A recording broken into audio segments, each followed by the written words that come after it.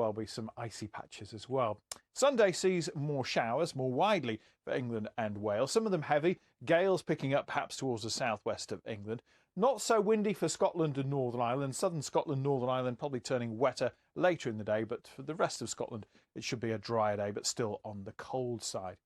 As we move into the beginning of next week, well, we see the winds easing down. This area of low pressure will bring showers in the northwest. This weather front perhaps bringing some rain later towards the southeast of the UK. But we're still in cold air for the first couple of days of next week. There's milder air waiting in the wings, and that will be accompanied by some wetter, windier weather from Thursday onwards.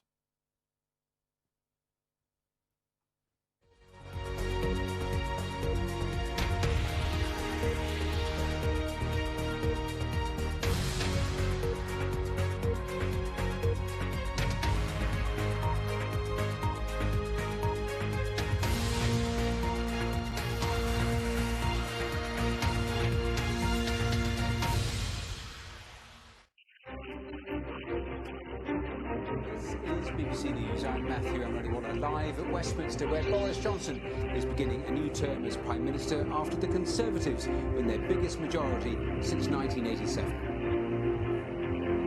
I'm Martine, Croxall, here at Downing Street. Just a few hours ago, Mr Johnson urged the nation to find closure and let the healing begin after years of Brexit wrangling. Now have a majority of 80 seats, and the Prime Minister has thanked those who helped this dramatic victory by voting Tory for the first time. Thank you for the trust you have placed in us and in me, and we will work round the clock to repay your trust and to deliver on your priorities with a Parliament that works for you. Very different story for Labour as Jeremy Corbyn leads his party to its worst election performance since the 1930s. He says he will stand down, but not yet. The responsible thing to do is not to walk away from the whole thing, and I won't do that.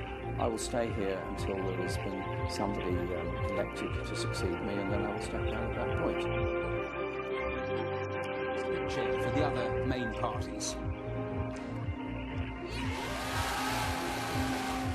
Extraordinary night for the Scottish National Party as they take almost all the seats in Scotland, raising serious questions about the future of the Union. Given what I fear a Tory government now has in store for Scotland, that right to choose our own future has never been more important or more urgent. This triumph cost the Liberal Democrat their leader. Jo Swinson loses her seat in East Dunbartonshire.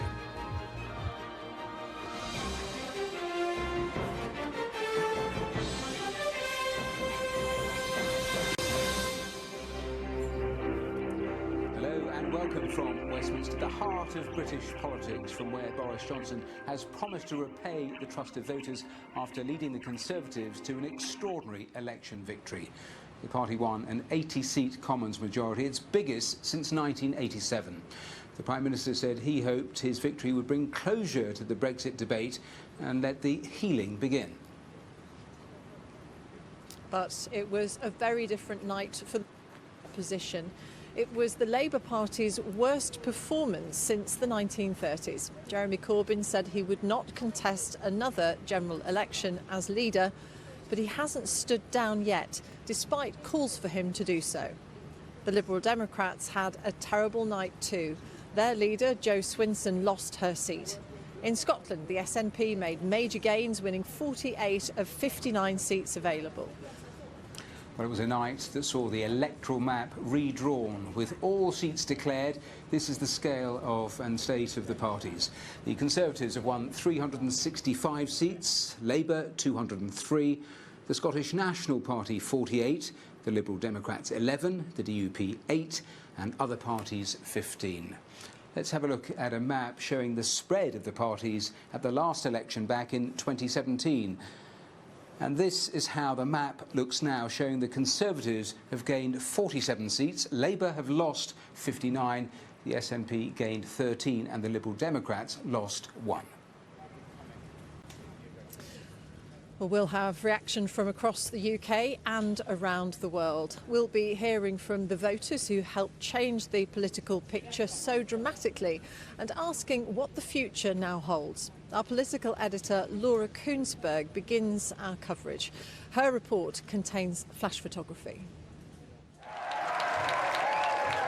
The power of surprise, the power of victory. Well, we did it! We did it! We pulled it off, didn't we? The power of a Prime Minister with authority firmly in his hands. With this mandate and this majority, we will at last be able to do what? You've been paying attention. Jubilation here, they can keep the promise to leave the EU next month.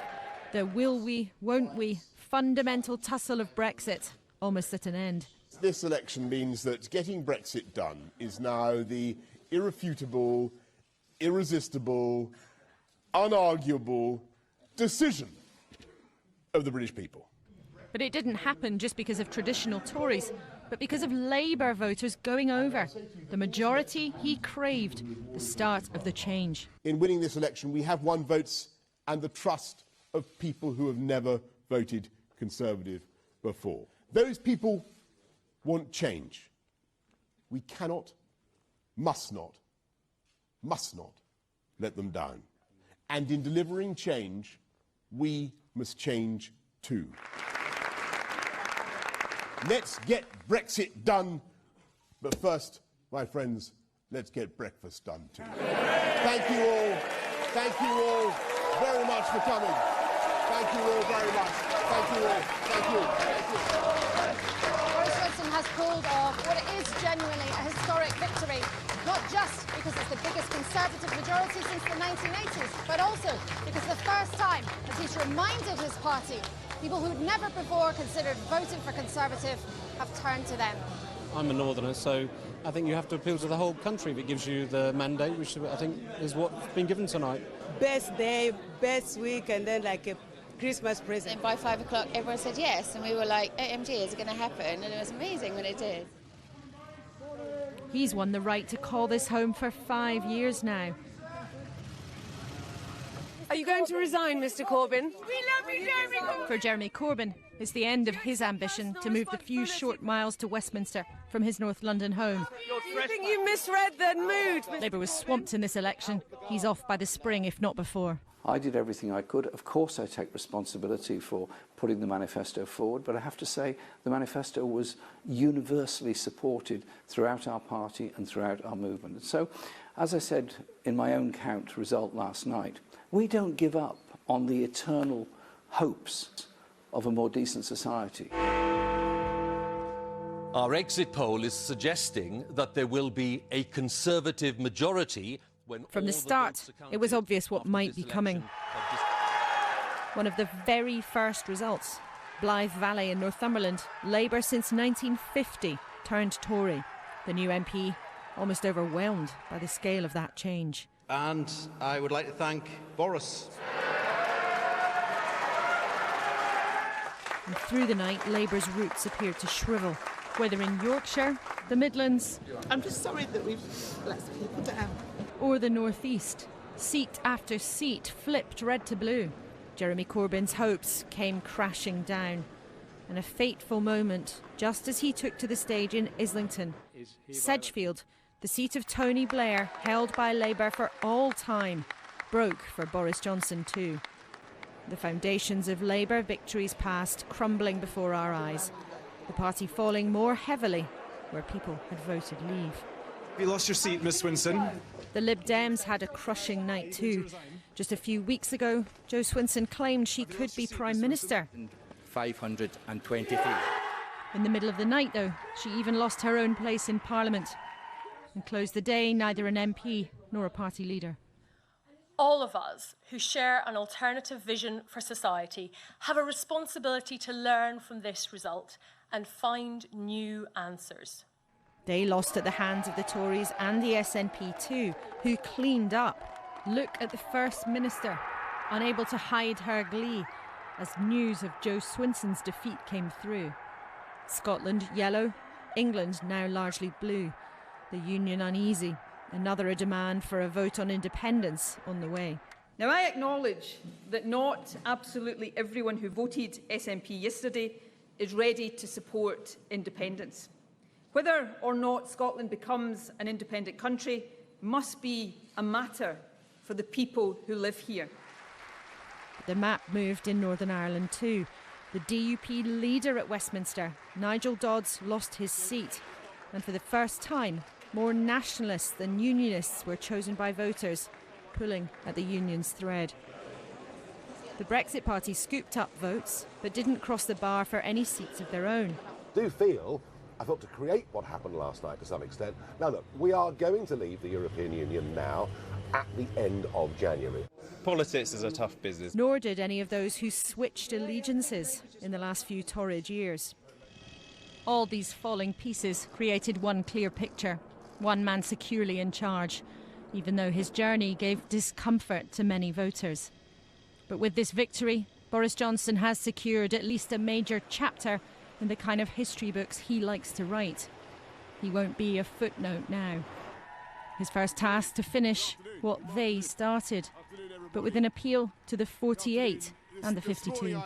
To those who did not vote for us or for me, and who wanted and perhaps still want to remain in the EU. And I want you to know that we in this one nation Conservative government will never ignore your good and positive feelings of warmth and sympathy towards the other nations of Europe. Then an unlikely claim perhaps, a post-election promise of peace and goodwill. This country deserves a break from wrangling, a break from politics, and a permanent break from talking about Brexit. Thank you all very much, and happy Christmas. Thank you. Yet this politician has been unafraid to provoke, unafraid to gamble, now swears he will govern for us all. With 5 years and a convincing majority, he has time to succeed or to stumble. For today, though, he who dared did win. Laura Koonsberg, our political editor, reporting there. Well, the General Secretary of the Unite Union, Len McCluskey, who's a close ally of Jeremy Corbyn, said the result for Labour was deeply disappointing. Well, it's obviously a deeply, deeply disappointing result, a huge disappointment, and it's pretty evident that in attempting to go beyond Brexit, which was the challenge for Labour, we failed. Unfortunately, our Labour heartlands, working class heartlands in the North and the Midlands that voted leave, they undoubtedly felt that Labour had let them down, and we were not able to convince them that the other issues and the concerns that they had would only be dealt with by a Labour government. And my worst fears have come true. It was always Labour's Achilles heel, and our message was always come home to Labour, but that didn't break through, and so now we'll have to reflect on where we go from here. Should Jeremy Corbyn stand down now? Well, Jeremy's already indicated he will be standing down. Of course, he shouldn't do it right away. He's going to now preside over reflections. A defeat of this scale will always bring with it an element of unease and possible recriminations. These things happen. But we will now move forward to the election of a new leader. I suspect that will be early in the new year. And we'll have to dust ourselves down and continue to move forward on the values that Labour stands for. Len McCluskey of the Union Unite. So a lot for the Labour Party to think about, Matthew, in terms of leadership and direction. Certainly is. Martine, thanks very much. Well, there's been plenty of reaction from around the world. This is what President Trump had to say about that election result. I want to congratulate Boris Johnson on a terrific victory. I think that might be a harbinger of what's to come in our country. It was last time. I'm sure people will be thrilled to hear that, but a lot of people will be, actually. A very big percentage of people, because this was a tremendous victory last night. And it's very interesting. The final votes are being tallied right now, but the numbers are tremendous. So I want to congratulate. He's a friend of mine. It's going to be a great thing for the United States also, because it means a lot of trade, tremendous amount of trade. They want to do business with us so badly. Under the European Union, it was very, very hard for them to do business with us. Well, Brexit, of course, has dominated this election. EU leaders have been meeting at a summit in Brussels today. The European Council's new president says they hope the British Parliament will vote quickly on the UK's withdrawal bill following this result. We expect as soon as possible the vote by the British Parliament on the withdrawal agreement. It's important to have the clarity as soon as possible. We are ready. The European Union will negotiate in order to have a close cooperation in the future with the UK. Well, the German Chancellor Angela Merkel congratulated Boris Johnson for that election win and said the EU should now turn its attention to what she called complicated negotiations for that trade deal after Brexit. The UK will have to decide how far to diverge from EU rules as it leaves. Well, Chancellor Merkel made it clear that Britain shouldn't expect an easy ride. With Great Britain, we will now have a competitor on our doorstep who is no longer integrated into our internal market, and who will of course consider to what extent he will change his standardisations. It is certain the United Kingdom will very carefully decide on this. That was Angela Merkel. Now, coming up here at 11:30, Ben Brown will be taking a look at how the papers cover the election results. That's with our reviewers Sonia Soda, who's the chief leader writer with The Observer, and Sebastian Payne, the Whitehall correspondent for the FT. And there'll be an election cast special tonight at midnight when Adam Fleming and the team looks back at today's result. That's all at 30:00 here on the BBC News channel. So let's return to the political map, which of course has been completely redrawn. Christian Fraser has been looking at the results and particularly those dramatic swings from Labour to Conservative in the north of England. People coming in want to see the final picture. This is it. Best performance for the Conservatives since 1987, and Thatcher gets better when you look at vote share, their best since 1979. Conversely for Labour, horrendous night, lost 59 seats, that's worse than Michael Foot in 1983. The Liberal Democrats, how did it end there? It started with so much promise 5 weeks ago. They're down on where they were in 2017, and Jo Swinson has lost her seat. Picked out some of the big swings through the night. These are the seats that went from red to blue. The likes of Bassetlaw, this is a typical kind of seat, a mining town in Nottinghamshire, seat of John Mann, who did stand down at this election. He had a majority of 5,000. Look at this. A majority now for the Conservatives of 14,000. These sort of figures, incidentally, not easily overturned in just one election. And look at the vote share change.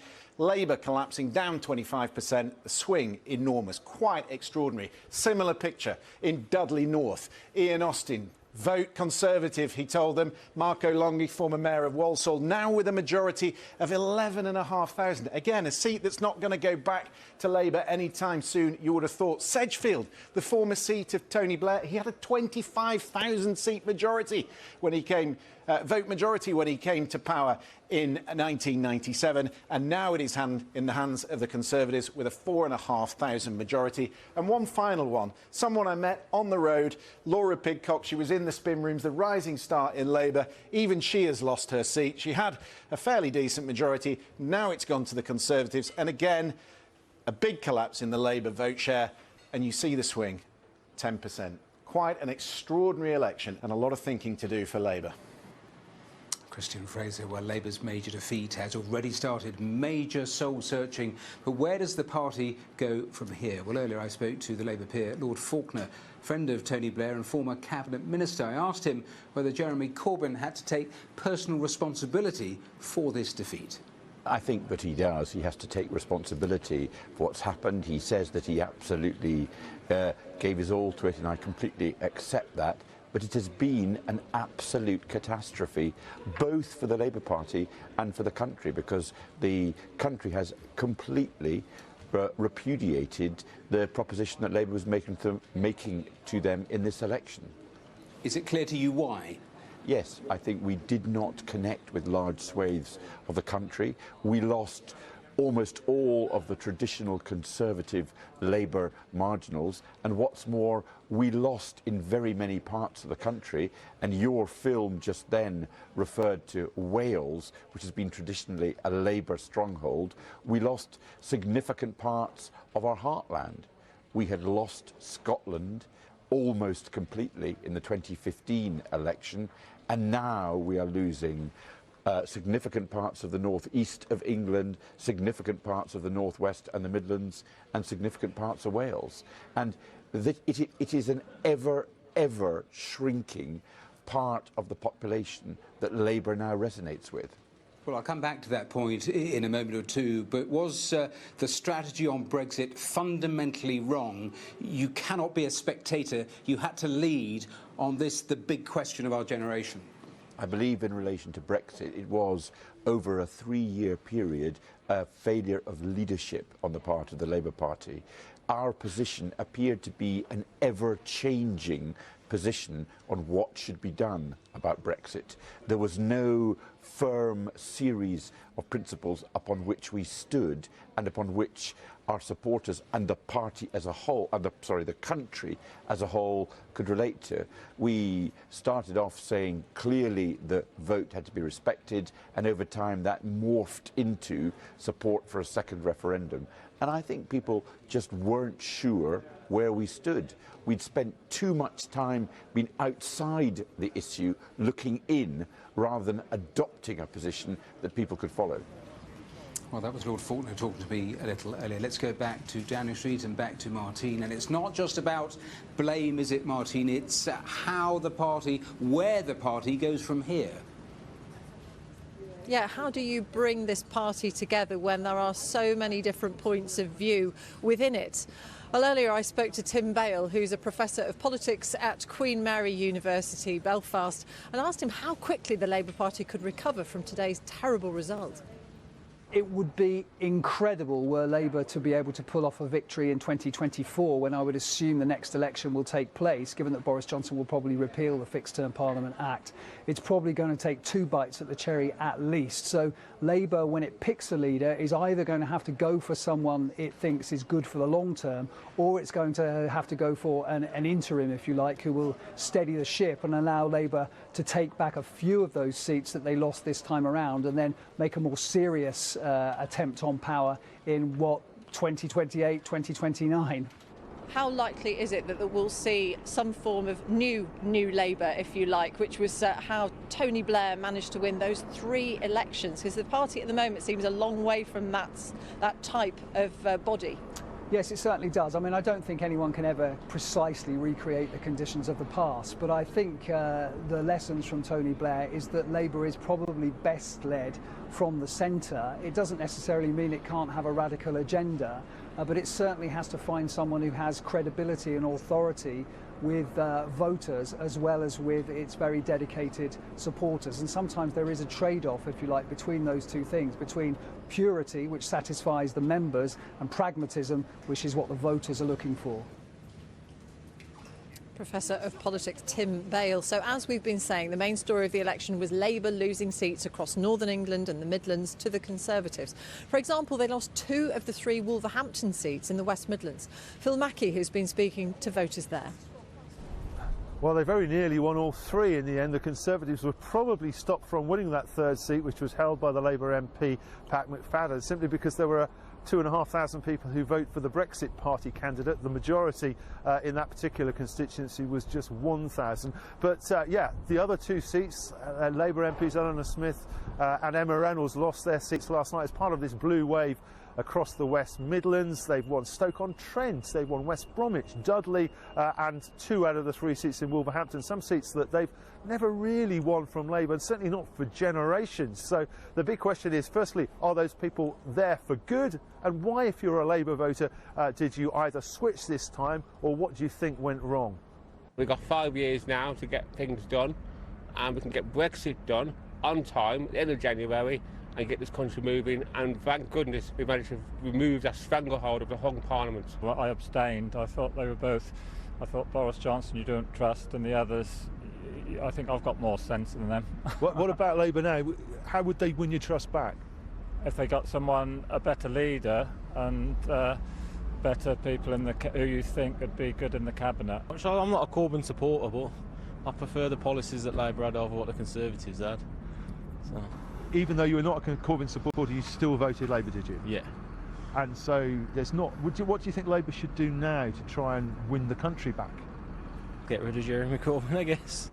So Wolverhampton South West, where I am now, this used to be Enoch Powell's seat, Nick Budgeon after that. It has flipped between Conservative and Labour over the years. Wolverhampton North East, well, that's really one of those seats that's always been regarded as a safe Labour seat. So really in Wolverhampton, a change just like other parts of the West and the East Midlands. This is where Boris Johnson has won his majority. Though people today probably thinking in Wolverhampton just as much about their 4-0 win in the Europa League last night and the fact that the Wolves will still be playing European football next year as much as they are about the result of the election.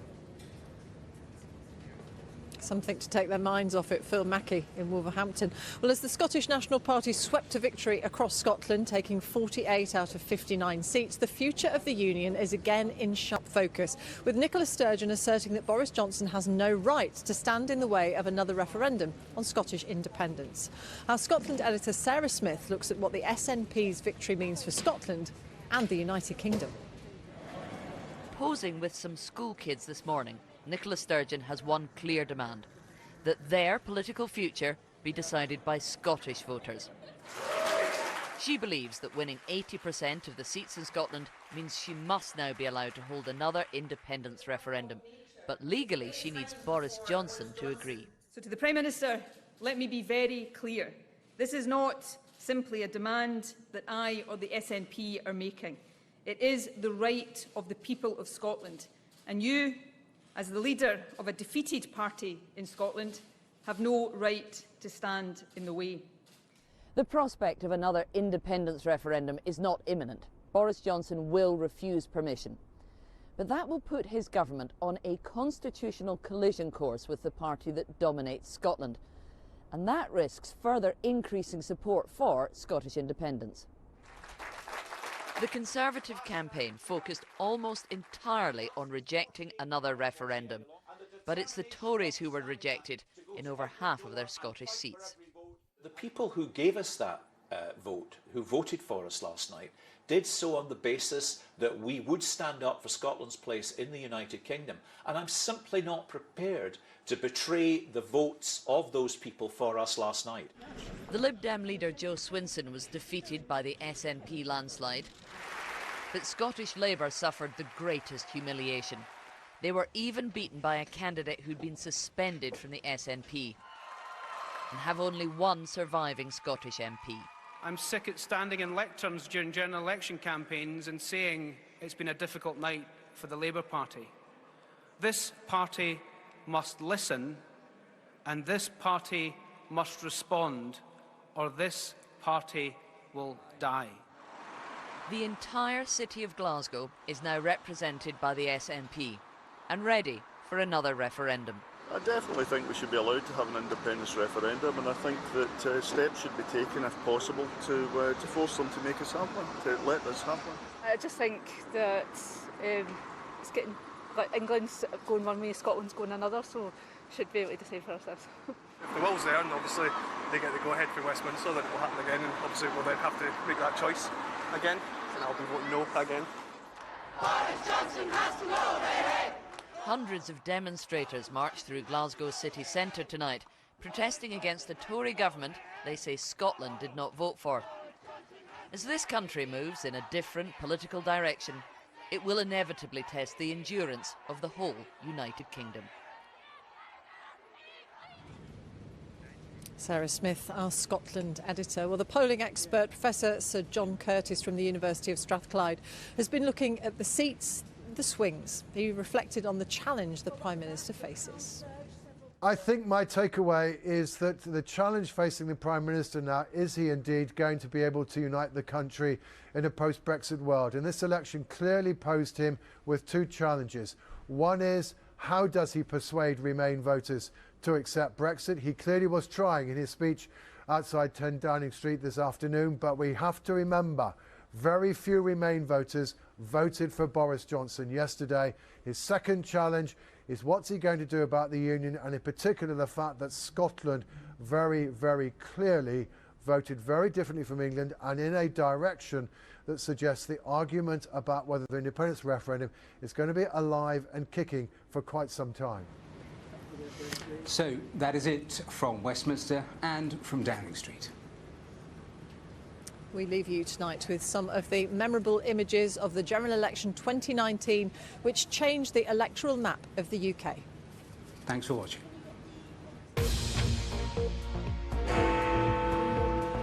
Our exit poll is suggesting that there will be a Conservative majority. Getting Brexit done is now the irrefutable, irresistible, unarguable decision of the British people.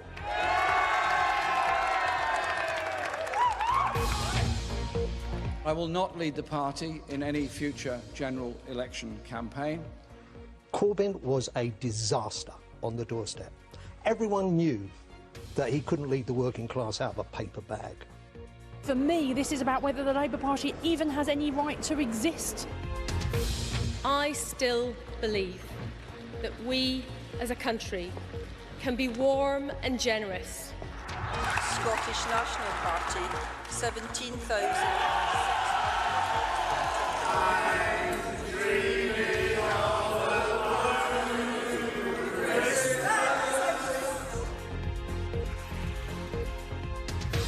Afternoon, everybody.